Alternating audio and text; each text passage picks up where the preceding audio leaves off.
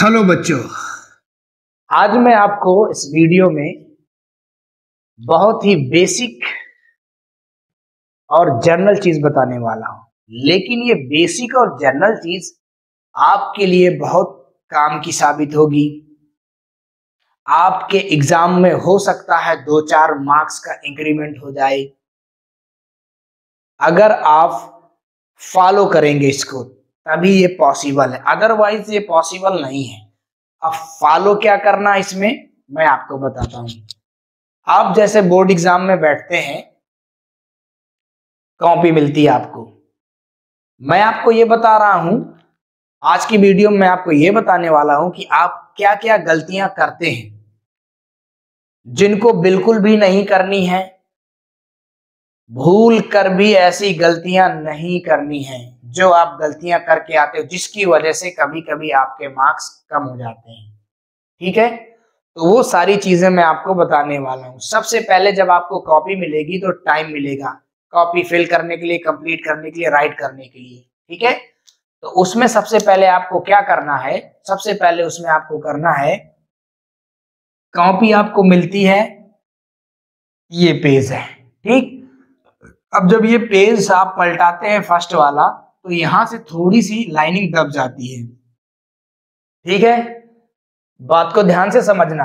तो आपको इसमें क्या है, कॉलम ड्रा करना, लाइन यहां से ड्रा करना है। यहां आप हर पेज में लाइन ड्रा कर लेना। ऐसा क्यों होता है, क्योंकि सपोज आपने यहां से पेज है, यहां पे अभी कभी क्वेश्चन नंबर 1 डाल दिया, यहाँ पे आपने क्वेश्चन नंबर 1 डाल दिया, क्वेश्चन नंबर 2 डाल दिया। एग्जामिनर जब पेज पलटता ना, तो यहाँ जो चीजें दबी रहती है, कभी कभी कॉपी थोड़ा सा नीचे दबी रहती है 2 पेज के बीच में, तो वो यहाँ चीज नहीं दिखाई देती। तो आप थोड़ा सा इसमें क्या करेंगे कि एक लाइन, मार्जिन लाइन ड्रा कर देंगे। आप मार्जिन लाइन ड्रा करेंगे। अब यहाँ पे लिखना है क्वेश्चन 1, 2 जो भी। अब क्वेश्चन 1, 2 कैसे लिखना है, ये तो था पहला काम जो आपको करना है। उसके बाद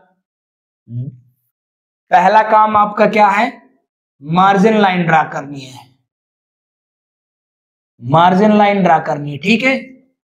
दूसरा काम क्या करना है, दूसरा काम आपको क्या करना है, जैसे ही उसके बाद आपको पेपर मिले, सबसे पहले आप पेपर को पढ़ना है। ठीक है, बड़े इत्मीनान से, बड़े धैर्य के साथ पेपर को पढ़ना है। अब आप पेपर पढ़ने के बाद एक चीज आपको समझ में आ जाएगी कि मुझे किस एरिया के क्वेश्चन ज्यादा आते हैं। सबसे पहली बात, अगर आपको सारे क्वेश्चन अच्छे से आते हैं, ठीक है, तो फटाफट आपको पहले क्वेश्चन से स्टार्ट करना, सेक्शन वाइज पहले क्वेश्चन से स्टार्ट करना है। लिखना है क्वेश्चन नंबर 1, ठीक है, आंसर लिखो या सॉल्यूशन लिखो, आंसर ऑब्लिक सॉल्यूशन। ठीक है, question number 1 answer oblique solution. और क्वेश्चन नंबर 1 अगर पहला कर रहे हो तो question number 1 A answer solution. ठीक है, क्वेश्चन नंबर 1 ए पहला कर रहे हो ए, फिर क्वेश्चन नंबर 1 बी, फिर क्वेश्चन नंबर 1 सी। आप सीधा क्वेश्चन 1 डालते हो, ए बी सी डी ऐसे करते चले जाते हो। ठीक है, तो लिखने का सही तरीका होता है question number 1 A, question number 1 B. कभी कभी आप ये चीज आप लिख सकते हो, A B C D, question number 1 एक बार डाल दिया, ये आप कर सकते हो बिल्कुल। लेकिन जैसे अभी आपने यहाँ पे 2-3 क्वेश्चन छोड़ दिए, ठीक, फिर आगे उनको किया आपने, तो वहां इस चीज की गड़बड़ी होगी। तो अगर सारे आपको ऑब्जेक्टिव यही कर रहे हो एक साथ 1 to 20, तो question number 1 A B C D, question number 1 solution, फिर ए बी सी डी, इस तरह से करके आप लिख सकते हो। ठीक है, अब देखिए इसमें जो, अब आपने क्वेश्चन पेपर पूरा पढ़ लिया, ठीक, अब आपको ये लगता है कि मुझे 5 मार्क्स वाले ये लास्ट वाला सेक्शन बहुत अच्छे से आ रहा है, ठीक, ऑब्जेक्टिव मुझे कहीं कहीं दिक्कत आ रही है, कई क्वेश्चन है जो समस्या क्रिएट कर रहे हैं, प्रॉब्लम क्रिएट कर रहे हैं, तो आपको क्या करना है, आपको 5 मार्क्स वाले पहले सॉल्व कर लेने हैं। क्योंकि पता चला चिल्लर के चक्कर में ना बड़ी बड़ी नोट छूट जाएंगी, समझ रहे हो आप। तो 5 मार्क्स वाले, 4 मार्क्स वाले, ये क्वेश्चन जो ज्यादा मार्क्स के उनको आप पहले सॉल्व कर लीजिए। पर ऐसा नहीं कि एक क्वेश्चन 5 मार्क्स का, एक क्वेश्चन 3 मार्क्स का, एक क्वेश्चन 2 मार्क्स का, ऐसे करो नहीं। अगर आपने 5 मार्क्स के जितने करने हैं तो पहले पूरा सेक्शन डी ई जो भी हो उस सेक्शन को डाल लो, उसके बाद आप उसको पूरा सॉल्व कर लो, ठीक है। उसके बाद उसको पूरा सॉल्व कर लो, लेकिन इस बात का ध्यान रहे कि आपको ऑब्जेक्टिव करने ही करने, माइनस मार्किंग तो नहीं है ना। तो ऑब्जेक्टिव करने नहीं आता तो भी करना है, और आता है तो भी करना है। ऑब्जेक्टिव तो करना ही करना है, लेकिन मैं इसलिए बोल रहा हूं 5 मार्क्स के पहले करने के लिए, क्योंकि ऑब्जेक्टिव रह जाएगा तो आपके दिमाग में एक प्लस पॉइंट ये चलता है कि ऑब्जेक्टिव तो तुरंत हो जाएंगे मेरे, फटाक से मैं सॉल्व कर लूंगा। लेकिन अगर 5 मार्क्स वाले, 4 मार्क्स वाले आपके 2-3 भी बच गए ना, तो आप दिमाग में प्रेशर ले लोगे, सॉल्व करोगे, आपका सॉल्यूशन गलत होगा, एडिशन सब्ट्रैक्शन गलत होंगे छोटे छोटे, क्योंकि आप प्रेशर से कर रहे हो कि मेरे पास अब टाइम नहीं बचा, मेरे पास 5 मार्क्स के 3 क्वेश्चन मेरे छूटे जा रहे हैं, मेरे बचे हैं। हो सकता है आपके पास सफिशिएंट टाइम भी बचे हो, लेकिन प्रेशर आ जाएगा दिमाग में, तो जहां 2 मिनट में हो रहा होगा ना वो क्वेश्चन, वो फिर 5 मिनट में होगा, ठीक है। इस बात का आपको विशेष ध्यान रखना। और सबसे मोस्ट इंपॉर्टेंट चीज आपको ये करनी है, एक भी क्वेश्चन गलती से छोड़ के नहीं आना। चाहे जिस सब्जेक्ट का आप एग्जाम दे रहे हो, किसी भी सब्जेक्ट का, हिंदी, इंग्लिश, मैथ, साइंस, कुछ भी आप दे रहे हो, क्वेश्चन तो गलती से भी नहीं छोड़ना। क्यों?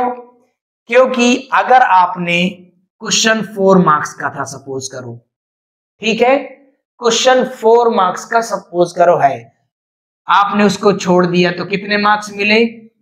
एक भी नहीं मिला, ठीक। सपोज करो प्रूविंग करने वाला कोई क्वेश्चन आ गया, ठीक है, प्रूविंग करने वाला कोई क्वेश्चन आ गया, मैं प्रॉपरली मैथ की बात कर रहा हूं फिलहाल, प्रूविंग करने वाला क्वेश्चन हो गया, तो आप उसमें गिवन लिख दोगे, कंस्ट्रक्शन की जरूरत समझ में आए तो ठीक, नहीं तो टू प्रूव लिख दोगे कि प्रूव क्या करना है, ठीक है। गिवन लिख दोगे, टू प्रूव, फिगर बना दोगे, 1 मार्क्स आपका हो गया, 1 या 1.5, 4 में से इतना आपका मार्क्स हो गया। अभी आप उसको कर ही नहीं रहे थे तो उसमें कुछ नहीं मिल रहा था, अगर कर आओगे तो 1.5 मार्क्स मिल जाएगा, तो वो तो बेटर है ना, नथिंग से तो समथिंग बेटर है ना। क्लियर? नथिंग से समथिंग बेटर है कि नहीं है? बिल्कुल है। अभी देखो, अब इसके बाद हमको क्या करना है, बाकी अगर कोई और सब्जेक्ट आप कर रहे हो तो किसी भी सब्जेक्ट में आपको क्वेश्चन तो छोड़ के ही नहीं आना, किसी भी कंडीशन में। हाँ, मैथ में अगर प्रूव वाले क्वेश्चन हो, अगर आपको कोई प्रूव वाला नहीं आ रहा हो, ठीक है, तो आपको क्या करना है, गिवन लिखो, टू प्रूव लिखो, बीच में थोड़ा सा मटेरियल इधर उधर से उठा के डाल दो।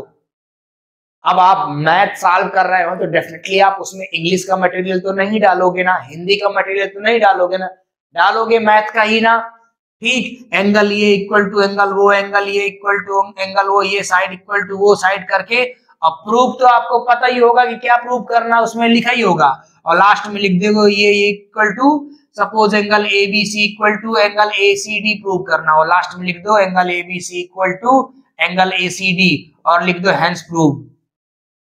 ये तब के लिए जब आपको कुछ नहीं आता है, तब के लिए जब आपको प्रूव आता ही नहीं है, और आता है तो फिर इसकी जरूरत ही नहीं है। नहीं आता है तो कुछ भी करके आओगे तो कम से कम खाली कॉपी तो नहीं छोड़ के आओगे, ठीक है। तो वहां आपको लिखने के नंबर मिलेंगे, आपने लिखा है बस आपको नंबर मिलेगा, ठीक है। तो ये छोटी छोटी चीजें मेरी ध्यान में रखना। अगर आपका पेपर जल्दी खत्म हो जाता है तो डेफिनेटली आपको उसको चेक करना जरूरी है, कोई क्वेश्चन तो नहीं छूटा। सबसे पहले आप सॉल्यूशन मैच नहीं करना है, सबसे पहले आपको मैच करना है कि आपने कोई क्वेश्चन तो नहीं छोड़ रखा जो नहीं छोड़ना चाहिए, ठीक है।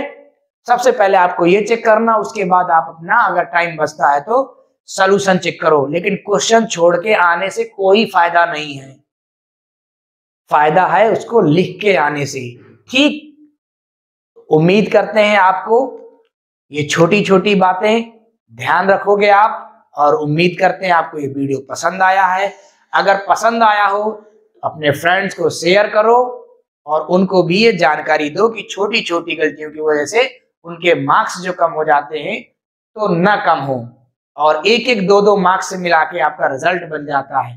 ठीक है, 1 मार्क्स की कीमत आप उससे पूछोगे जो 1 मार्क्स से जिसकी कंपार्टमेंट आ गई होगी, वो बता पाएगा कि 1 मार्क्स की कीमत क्या होती है। ठीक है।